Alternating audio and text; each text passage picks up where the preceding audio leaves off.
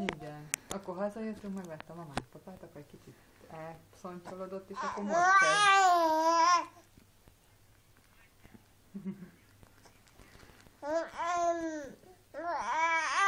Igen. Igen, figyelünk, mondjad még kicsit. Mondjad csak. Hallja a Dédi. Aranyos volt, aha, jó volt a hétvége.